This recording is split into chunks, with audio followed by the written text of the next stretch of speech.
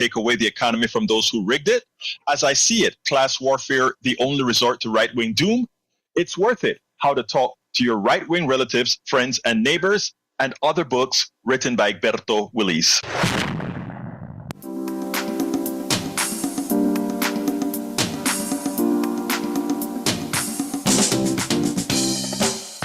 Welcome to Politics Done Right. My name is Egberto Willis, your host. Good morning, Houston. Good morning, Harris County. Good morning to the great state of Texas. Good morning to the United States of America. Good morning to the entire world listening to us via the magic of the internet, formerly known as the ARPANET, created by guess whom? You, the people of the world, created by whom? Our tax dollars. Now controlled by whom?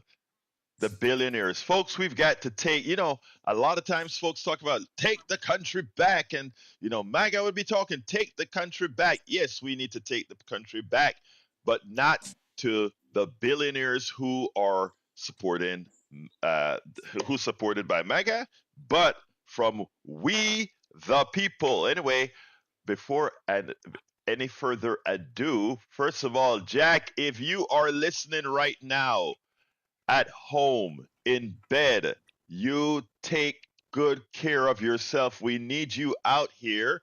Jack is under the weather, folks, but you know what? We still have that hero in the studio in El Señor Howard Reynolds. How you doing this morning, Howard? Oh, I'm still looking for that hero part. I don't think I've got it down yet. I got the call at about 10 minutes after 4 o'clock this morning as I was waking up, and Jack said, "Man, I am sick. Chills, fever, cramps. Oh, God.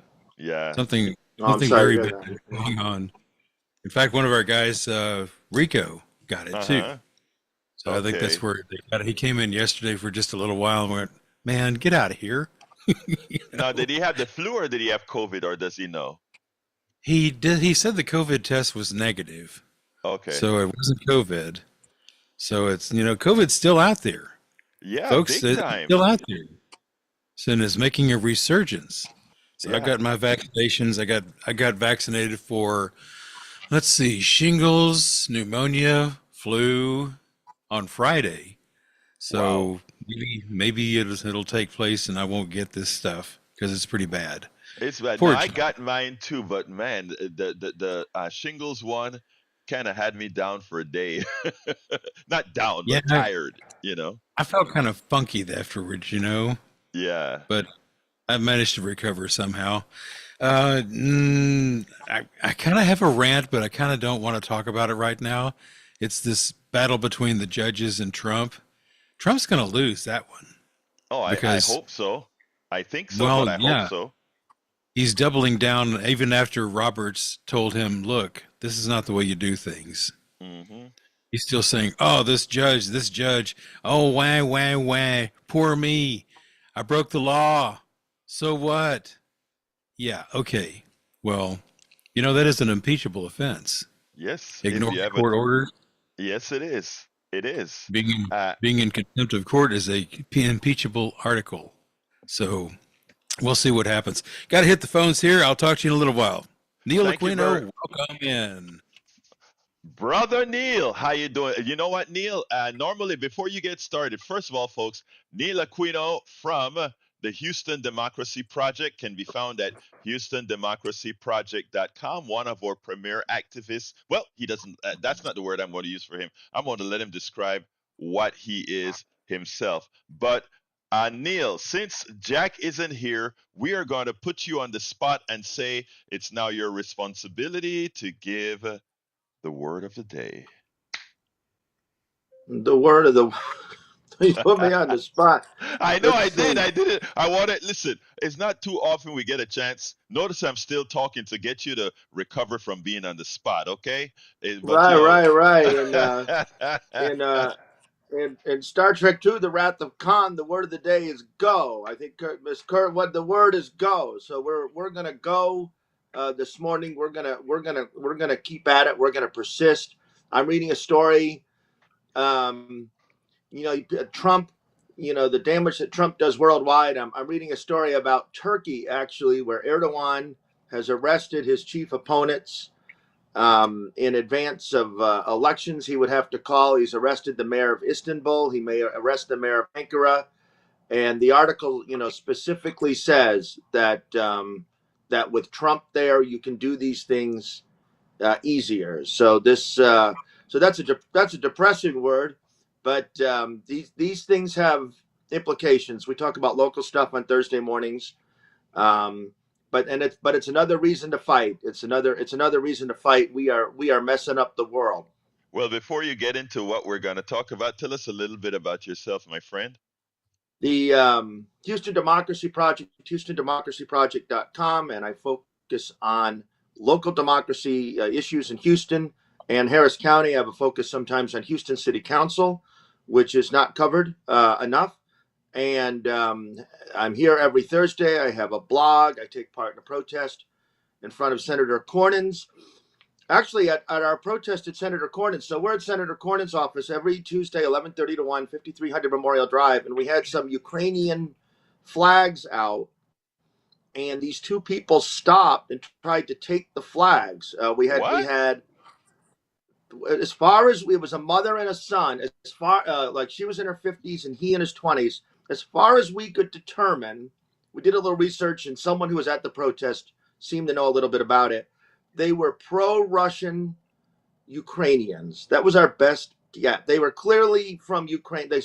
They were talking about how they speak Ukrainian and Russian. So that was our best guess, and we were like, "Wow, you never know what's going to be out there." But they tried to take our flags, and we had a very sharp 15-minute discussion with us, and it was you learn something new every day. They Well, were not. let me Yeah. tell you, let's enlighten our audience because I am now curious. What were they saying? I imagine you had a civil conversation. It was a very. They were very. They arrived at us very, very heated. We were a little confused. They were saying that, why did we have a Ukrainian flag? We were not fighting for Ukraine. Send money to Ukraine, but why would you bother to do that? They know the context of people supporting Ukraine in the United States.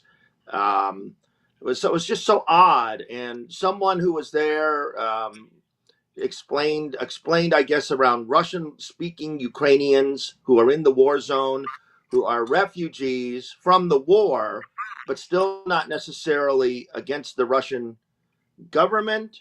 Yeah, that's in the Um, Donbass. Yeah. and some right-wing elements. We've heard these, assertions, probably some which are correct, about extreme right-wing views among some Ukrainians. And it was an odd scene. They were very angry, and I also make the point.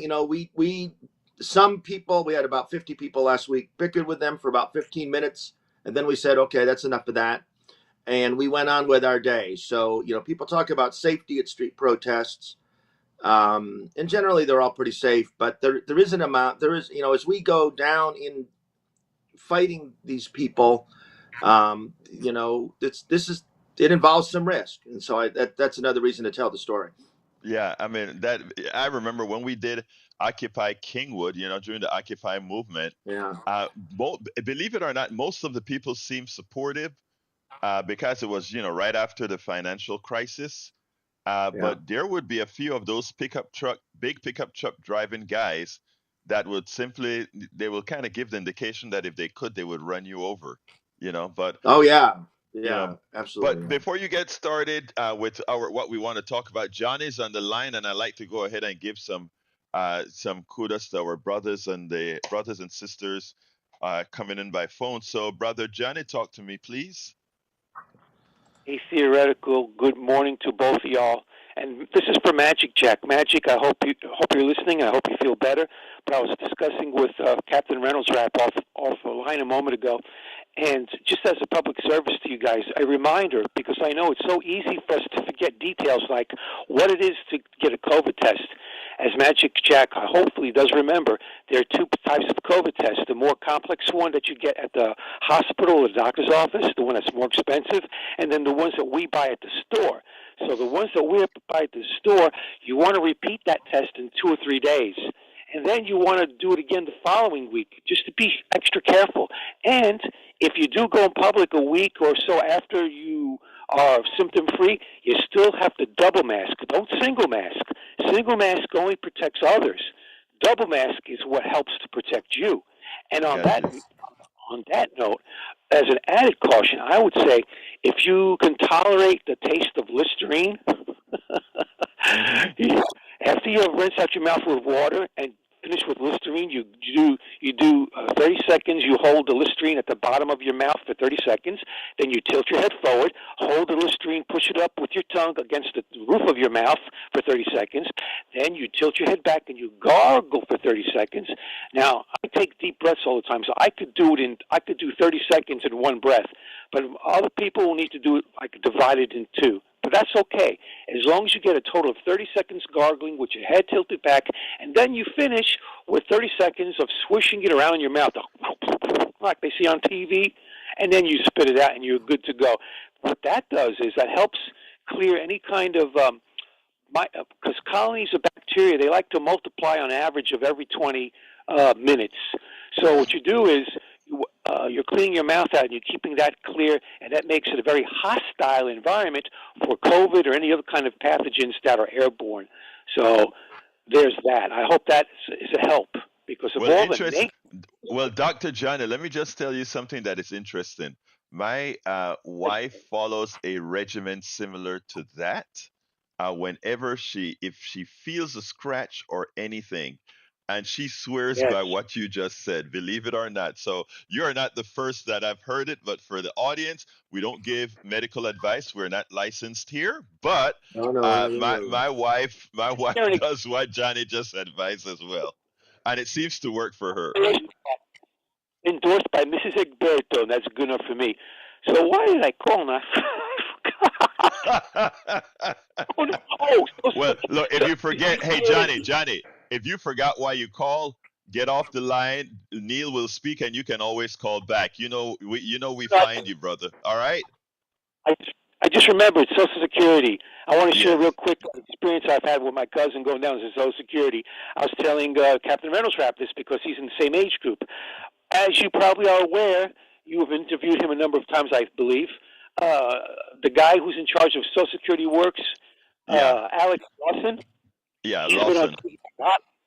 yeah, and he's been advising people like you and me and Captain Reynolds Rap to not only get a hard copy of our Social Security account online at home, but then go down to the Social Security office in person and request a hard copy there. And the reason you do that is not only is it the hard copy from their office, but you're getting photographed because they've got cameras everywhere, security cameras. So not only are you creating a paper trail, you are also aiding the facial software recognition to prove that you are who you are and that you were there.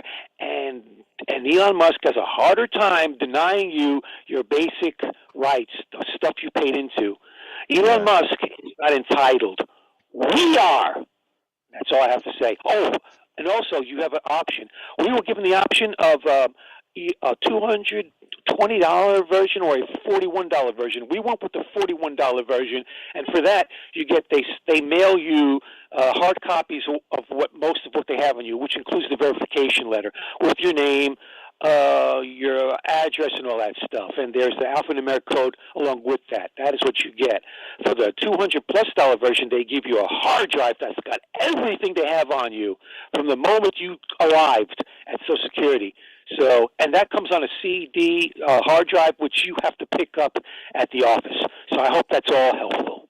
Look, I think that is actually very helpful to all of those who, Social Security is dubious right now. So thank you for that advice, John. You have a wonderful rest of your day as we continue with the program. All right? I'll try, but I doubt it. All right, Glenn. We'll talk later, brother. All right, Neil Aquino. We have some subjects about CD 18 to talk about, Congressional District 18, and you have some advice for the population at large, not only for CD 18, but what we better start doing in as far as holding our representatives accountable. Right. Right. And so over since I was last here, last Thursday, I attended a couple of public forums. I saw Senator Molly Cook. She's not running for CD18, holding a town hall, and also Christian Menifee, our former county attorney, um, who resigned to run for CD18. I saw him at the Tejano Democrats meeting. And the thing I want to highlight about both those meetings is that Molly Cook said, we are in an authoritarian moment. And Christian Menifee said, we are this close to losing our democracy. So I know we all know that. But I think it's important that our elected officials say it. But I also think it's important that they react. And I think it's difficult for them to know how to react. Molly Cook is very policy driven, which is fine. But she's in the Texas Senate, and she was clear that most of her bills aren't going to pass. Now, I'm not telling you I have the answer for what she should be doing, but I would be fine basically if she left the legislative session. I'm her constituent and just organized here. Now people need representation, but that's she was clear she wasn't getting anything there. And she's having a town hall this weekend about transportation policy. That's fine, but boy, the world's burning around you. So I know, and it was also what was also a little depressing was she's just 33, and she wants to do some good in this world. So she has an obligation to show up for us, but we have an obligation to fight where someone and the younger folks are able to be in a world where they can do some good. So we all need to show up for each other. Christian Menifee was at the Tejano Democrats meeting, and Al Green was there. I was surprised to see him. It's out of his district. I don't think it's a meeting he would normally go to. Congressman Green was there, and it seemed pretty clear to me this was the day or 2 days before Menifee announced for Congress that Green was supporting Christian Menifee. He got up and spoke for about 10 or 15 minutes. And I don't know if he's on the list. Menifee made a list of people who endorsed him, but Al Green, and remember, Al Green is telling you to protest. We've talked about that. Don't wait for elected officials. So our elected officials, these two progressive elected officials, at least in the conventional sense, are telling you that these issues. So the congressional District 18 race. So if your congressperson was Sheila Jackson Lee, Sylvester Turner, you have a congressional election, and Governor Abbott needs to call it. So he will wait as long as he possibly can to call it so that the seat will remain vacant and Democrats will have one less occupy, one less seat. And I have written or posted yesterday that before you commit to supporting Amanda Edwards is running, Christian Menifee, there'll be other candidates. Before you support any of them, ask them some tough questions because our survival is on the line. Ask them, what's your plan to increase voter turnout in Congressional District 18? How will you have the backs of precinct chairs and active volunteers? What will you do to encourage other local elected Democrats to increase? You build to strengthen the party in CD18. Not continue with these low turnout, hierarchical elections. We just cannot continue with the way we're going. And then also, what is your plan to protect Houstonians and from the state of Texas and the federal government? And I've been using that phrasing the last 2 or 3 days. We simply need protection. We need protection from the state. We need protection from the federal government. Will you aggressively fight authoritarianism? How? Will you confront the right, even if it leads to threats to your personal safety? Because it will. And will you take part in street protests and be on the same side of a police line as pro-democracy Houstonians? So I encourage you, whatever office they're running for, to ask those questions. But we need to bring our elected officials into the new world because they are bystanders. They really are bystanders in many ways. And we were talking earlier about the courts. I just was seeing a CNN story that the Trump people do not care that they're losing these court cases because they feel they're going to win it all in the Supreme Court. And I would argue that even if the Supreme Court does stop Trump, they're going to demonize the court and ignore that too. The courts are. I don't believe the courts are going to stop him. Even if the courts do stop him, they're going to ignore that too. And ultimately, it's going to be up to us to push these people back. And we're going to have to drag our elected officials with us. And they're going to have to take risks, even though they don't want to. I am so glad you said that about risk, but let me ask you to hold 1 second so that I can go ahead and point out, first of all, on our Substack chat, we have Randall Baxley. Randall, he says Randy, aka Tata777, and aka the old man in the Northeast Side. He says taxation without equal or equivalent representation for everyone in 18, which he's echoing what you're saying, as the governor is taking too long of a time to go ahead and assign a date for that election. Jean LB from Massachusetts, she wants to make sure we know she's in the house. She says, "Hey guys," and we have a lot here in the other general chat with Jacqueline Akampizi says good morning. Oh. Jacqueline is from Katy, I believe. Alizarin Dreams is from Summerwood. Is in the chat as well. Joe from Los Angeles, California, is in the house, as well as Melanie Keelan from Barcelona, Spain, and Eric from Kingwood, Atascocita. Lee the Beer Cat from Austin, Texas, in the house. He says Menifee did not even wait for the funeral to announce. And he says as well, Neil, did Biden listen to the Supreme Court? Nope. He kept defying it. Was that right? I don't think Biden ever defied the Supreme Court. Am I wrong on that, Neil? I don't recall where he defied the Supreme Court, but I'm not both siding any of this stuff. Yeah, I am not either gonna. And understand what Neil just said, Lee the Beer Cat. These are not times for us to work on false equivalencies. There is an existential threat right now in the White House with not only in the White House but with the intent of Project 2025, and it's something that all of us should be fighting against. And you know what? Unfortunately, for the MAGA persuaded, what's it seems like they will only react when by the time things have started to crater for their own lives. And I'm not even sure they'll do that because I mean I do believe that there's enough people, given the closeness of the last election, there's enough people where Democrats could win the House of Representatives back. The Trump's poll numbers slowly go down. But I mean, what's clear is that a substantial portion of Americans think that the problem is black people, the problem is women, the problem is the presence of people unlike them, and Trump is addressing it.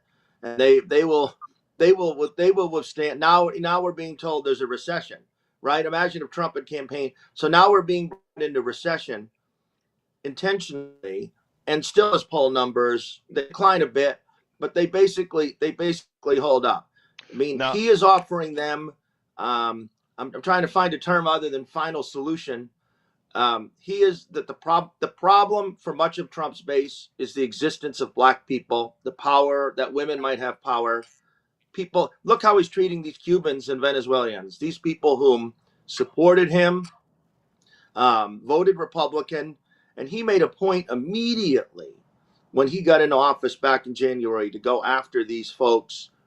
And he was sending that message. Look, you're not white. Take a hike. well, let me just say this, and and I mean this to my core.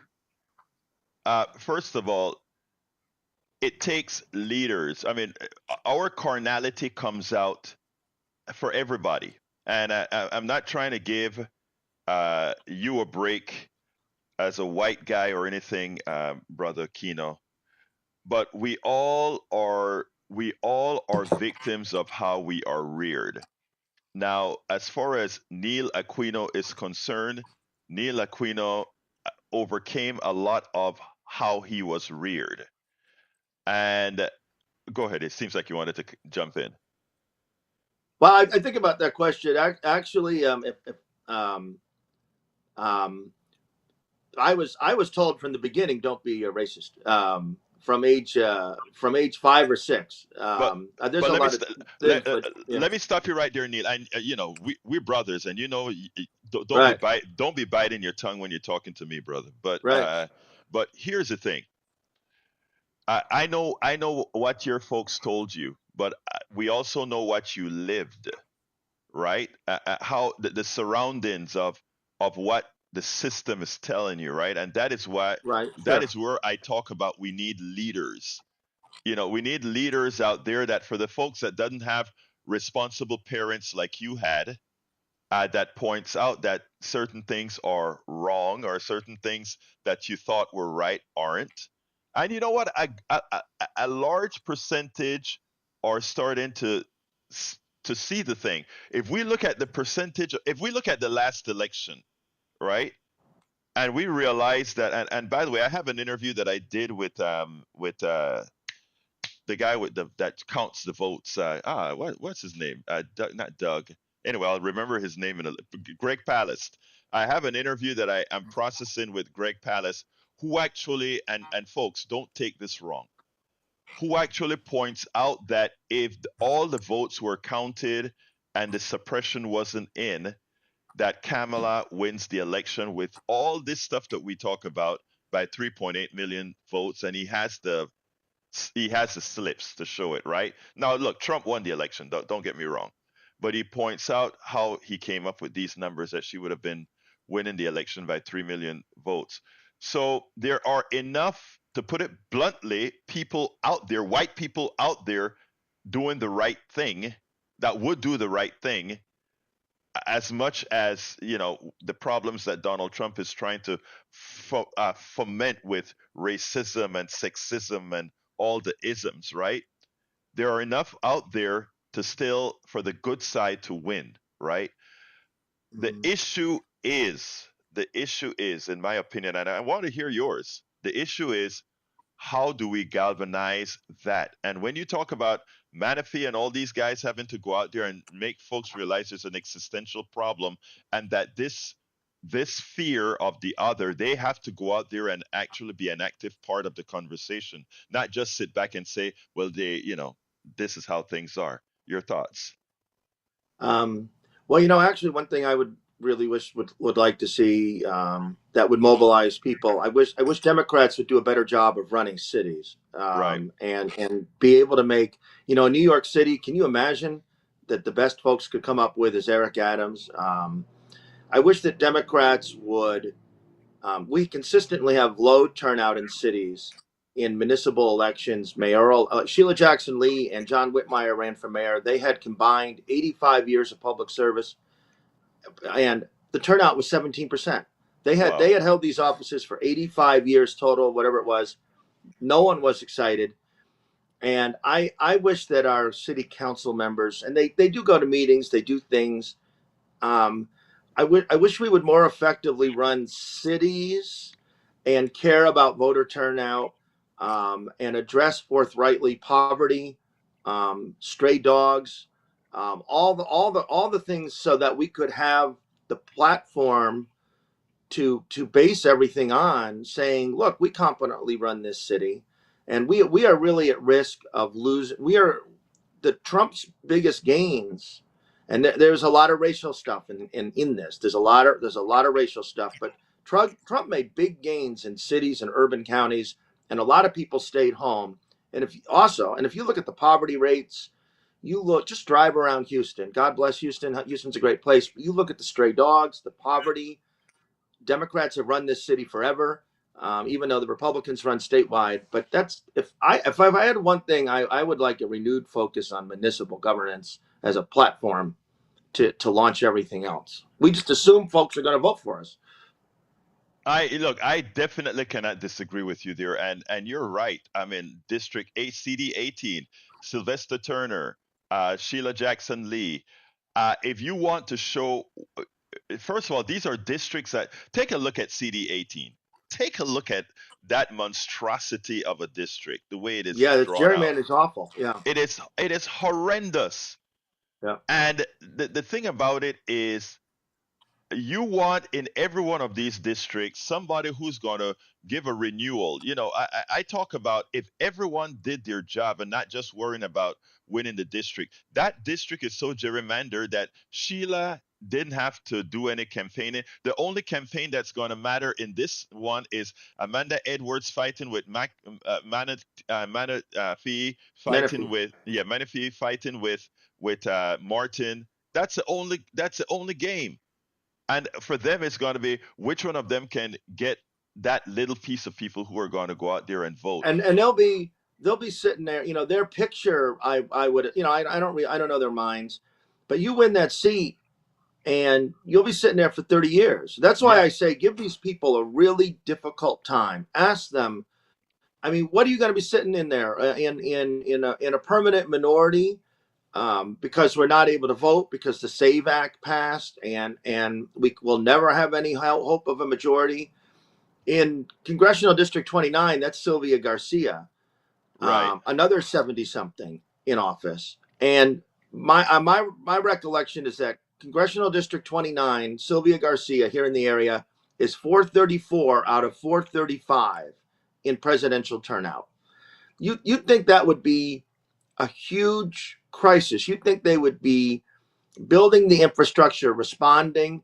I saw the number. I don't have it in front of me, but the majority that from Hillary Hey, Clinton's Neil, majority. Neil, Yeah, let me ask you to hold there because I want to yeah, go into more detail on that topic. But we have a caller in Jim. great. So let's take Jim and then we go back to this because that topic is extraordinarily important, what you just mentioned there. Brother Jim, come on in. Great. Good morning, Alberto. Good morning, Neil. Morning. Good morning, sir. Yes, sir. How are y'all doing today? We're doing fine, my friend. I think you're calling back from yesterday, right? Not exactly. I'm going to talk about a different topic today. Okay, let's go ahead. Go ahead, brother. Yeah. Okay, so on Wednesday, you were, towards the end of your show, you were talking about various reporters being like independent media and things like that, and you mentioned Joy Reid. Yes. Yes, and you said that she was fired because she dared to spoke up against Trump and all that, right? Yes. Okay. Did you forget? I think you forgot to mention that she's also a very hateful, racist, fearmonger with very low ratings on that news station and all that. All right. Did you First of all, forget? no, I didn't forget to say that. In fact, remember what I tell everybody here, right? First of all, I accept criticism very well, and number two is I also do my homework, Jim. And when you took a look at what MSNBC did, right? MSNBC, her show wasn't a Rachel Maddow level show, nor was it a O'Donnell level show. Okay? But here is what she was. She wasn't, for many of the shows that remained, she was much higher than them. She has a much larger social media imprint, which is what's needed right now because a lot of folks don't even watch TV, but they watch social media. So her social media prowess also brought people into the station. So when you talk about the aggregate communications that she provided to MSNBC relative to what others that kept their jobs did, it is clear that the reason she was let go, one, was because of Trump. But let me tell you the other caveat that one should know. As you know, as Neil was pointing out, we are in a very racial time in this country. I mean, I'm trying to myself to bring folks together, to put it bluntly, because racism is a stupid thing. Race is a stupid thing from a technical standpoint. What I'm trying to do, Jim, is just point out realities. If you take a look at all the programs that got cut, they were all programs by African Americans, Latinos, and Asian. What signals does that tell you? No, hold on a second, my dear brother. I repeat, the 5 major programs that were cut were black, meaning African American. I shouldn't say black African American, Asian, and Latino. So what do you get from that? Well, In the Trump era, what would if you as a scientist that look at those numbers that I told you, her performance relative to other characters, including white characters, or not only online, not only on air, but also social media prowess. If I gave you those numbers, what would your conclusion be? well, maybe they just didn't provide actual news like she has. Like, she didn't provide news. She just provide skepticism and this fear mongering, trying to convince Okay, people. all right. Well, You said that. You said that already. Let me ask you a question to that. You said that already. I have a specific question. What statements did Joy Reid make that was inaccurate? You see, I mean, here's where I go, Jim, and then I promise I'll let you speak. Here's what happens. Somebody comes out forcefully and tells the truth about how things are that's not appealing to somebody else. In other words, I can tell you categorically that Trump, while I don't know his heart, he does racist things. And I can point that out with what he says, what he does. Some people talk about it, well, he was unkind, and they use those kind of words. She comes out and says the guy's just a racist SOB. My question to you, Jim, what statement specifically that you call racist that she has made? okay, I'm glad you asked that, Mr. Egberto.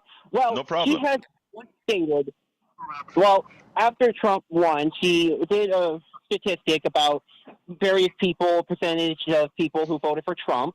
Mhm. And she said something along 55% of Latino men voting for Trump.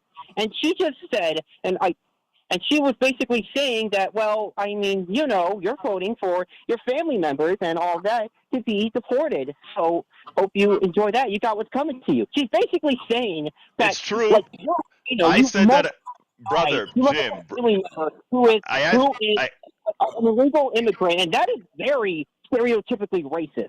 Okay, let me stop you right there, brother. Okay, and I say this because again, a lot of times when we speak, we we are all biased to some extent.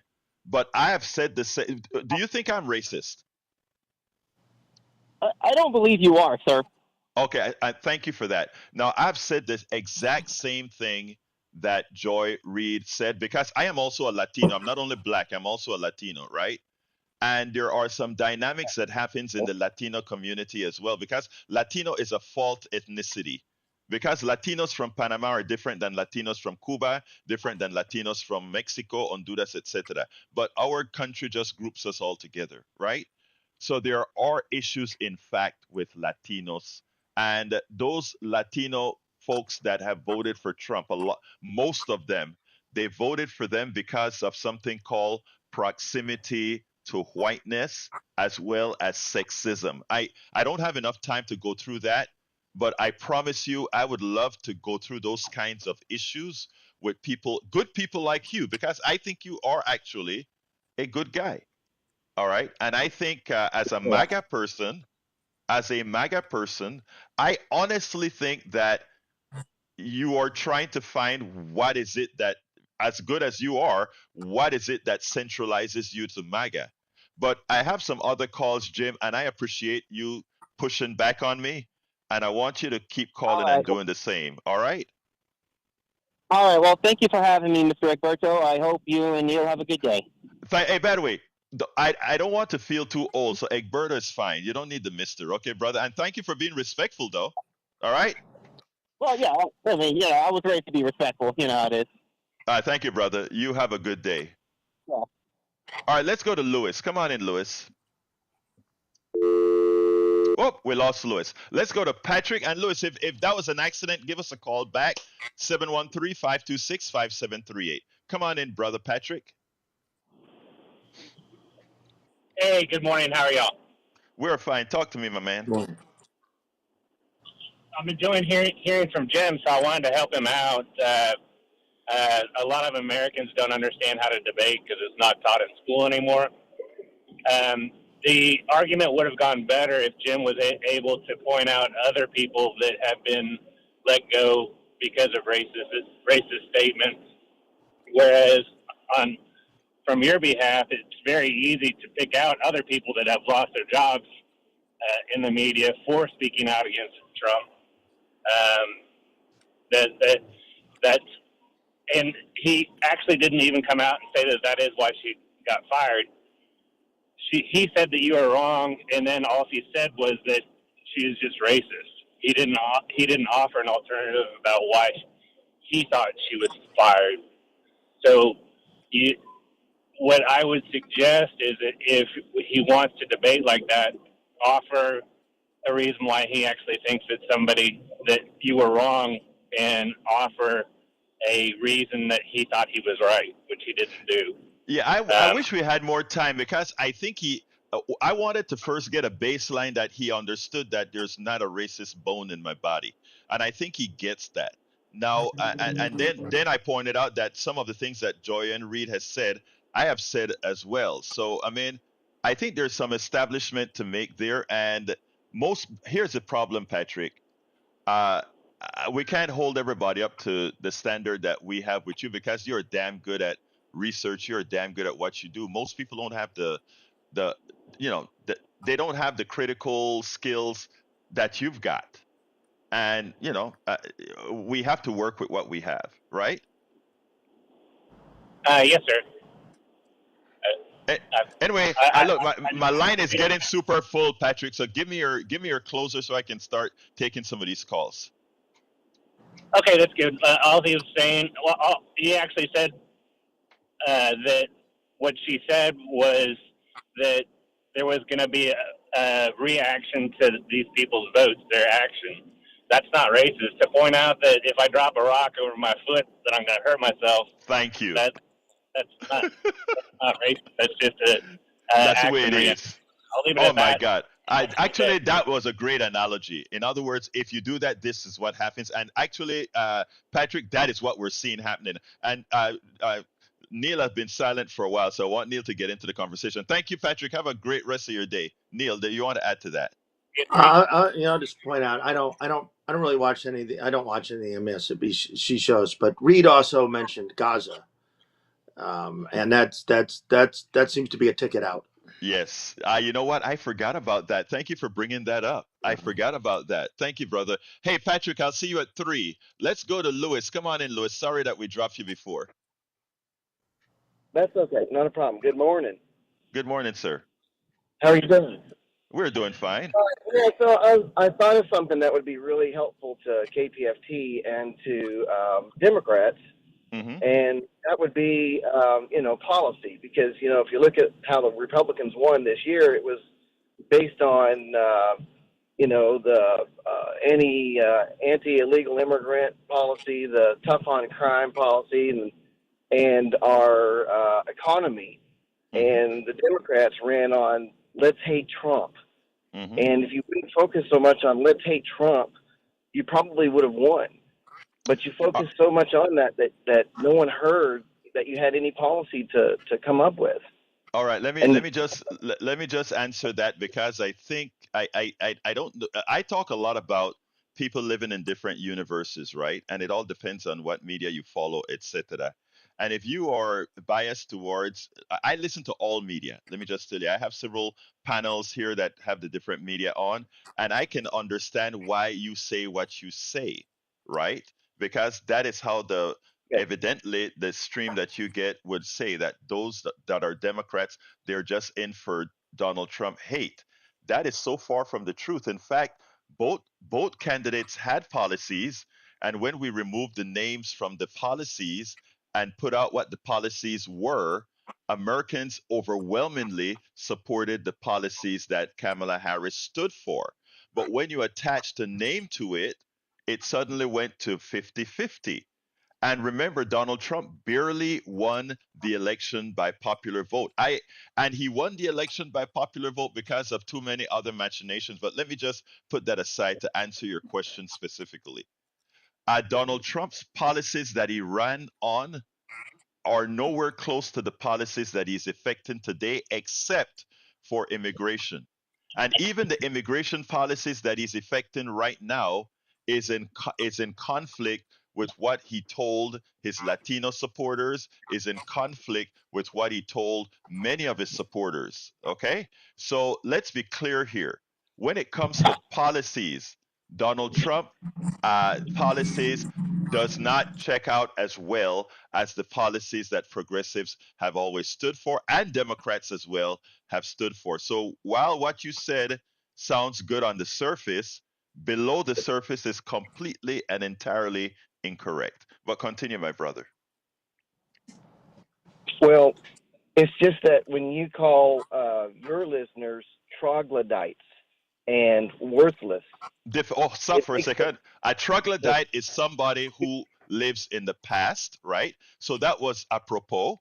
Now, I don't think I've refrained from calling the voters of the racist. right. No, that is a fact. Look, wait, hold on a second.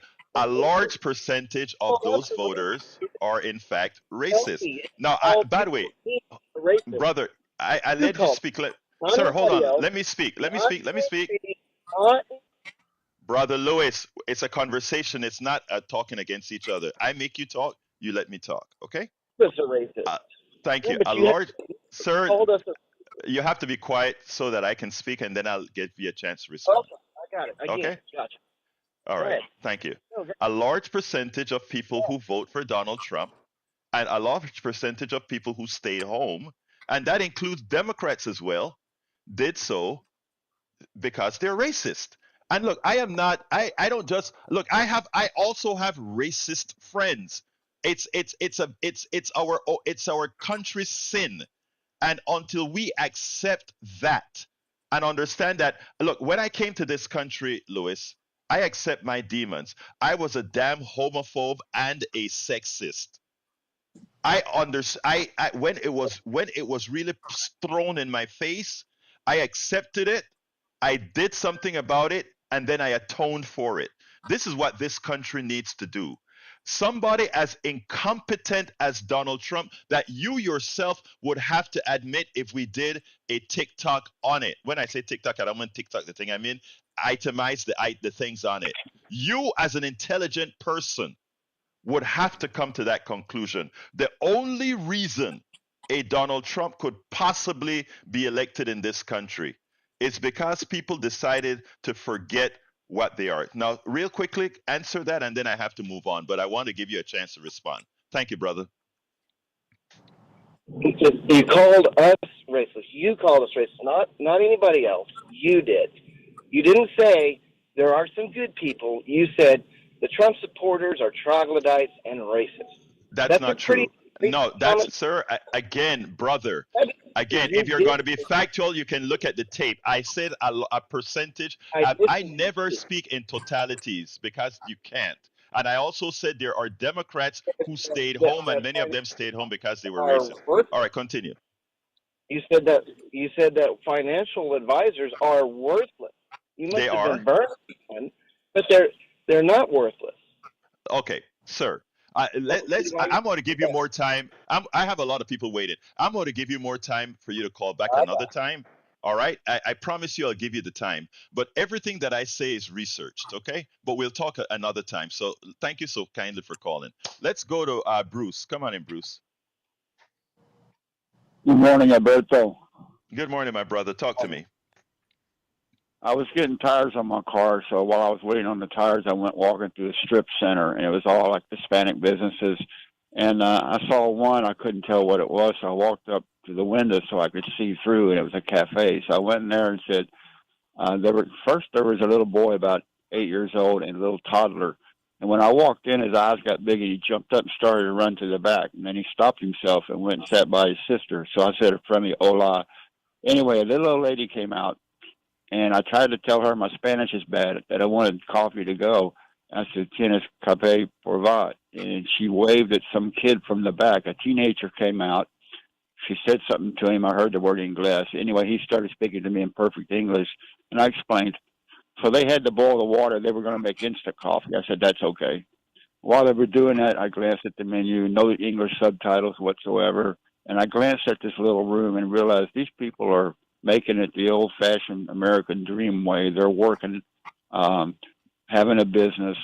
Anyway, it's a sweet little lady. So I made sure when I got my coffee, I put my hand on her shoulder and said, "Mi español es malo, no hablo mucho." And then she laughed and said something in Spanish about not speaking good English.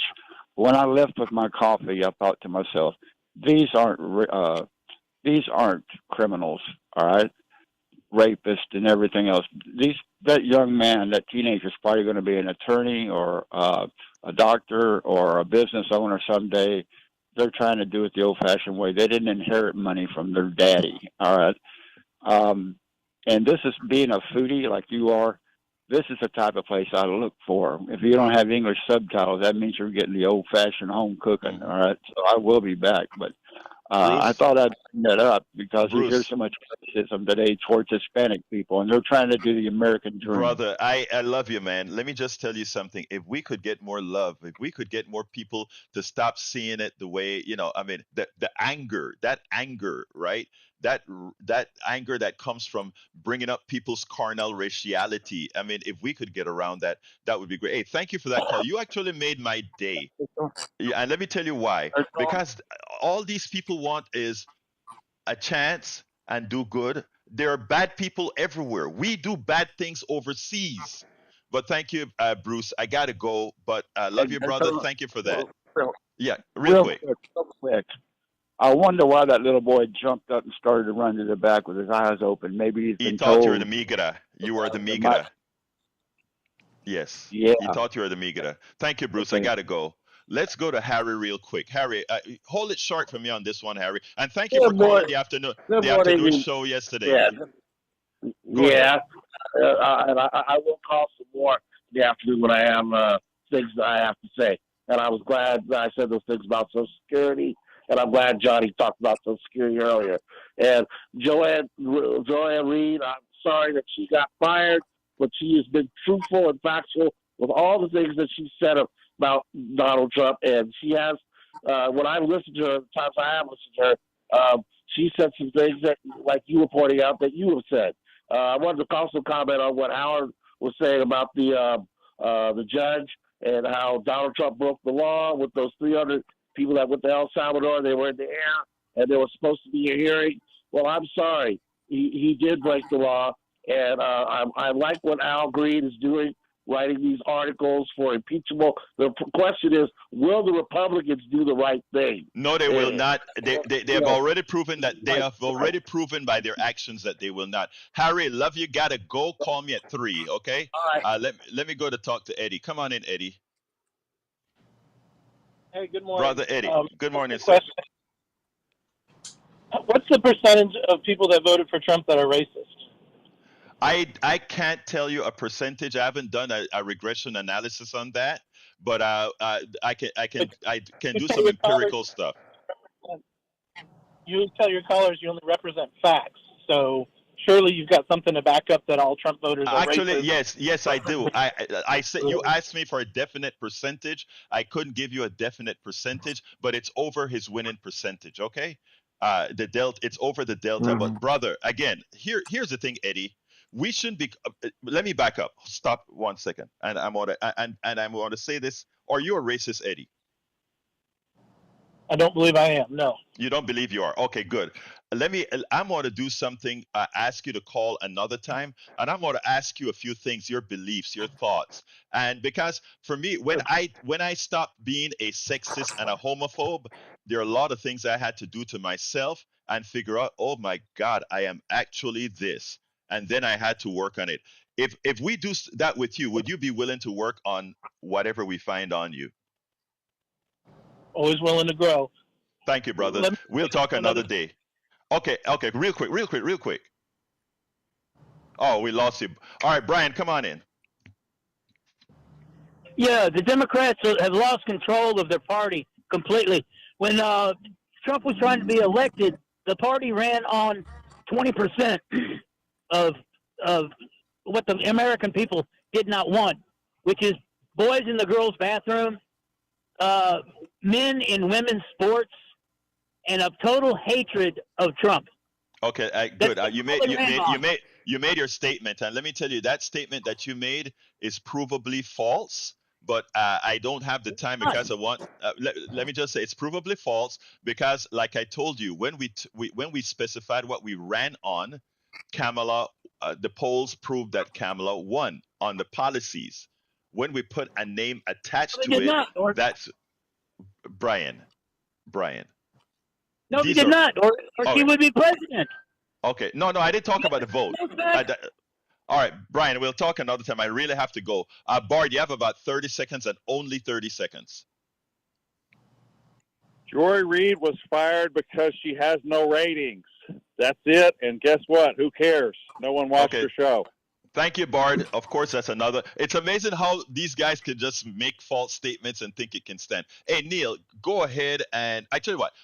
Do you have a closer, Howard? I don't. So take it home, Egberto. You and Neil take it home. Thank you, brother. Neil, I want Neil to close. Neil, I wish we got more time to talk about that other issue, but we'll be back next week. So give me a closer, Neil. So HoustonDemocracyProject.com, HoustonDemocracyProject.com. I got a blog. If you live in CD18, ask how the candidates will really fight Trump. I also want to note, and fight for your rights, not just fight Trump.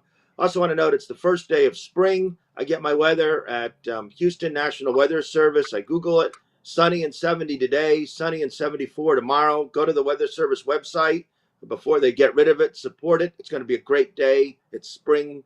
Be hopeful. Enjoy the day. You forgot to give your website. I don't remember. Houston Democracy Project. I was so enthused by spring. HoustonDemocracyProject.com, HoustonDemocracyProject.com. Update the blog all the time.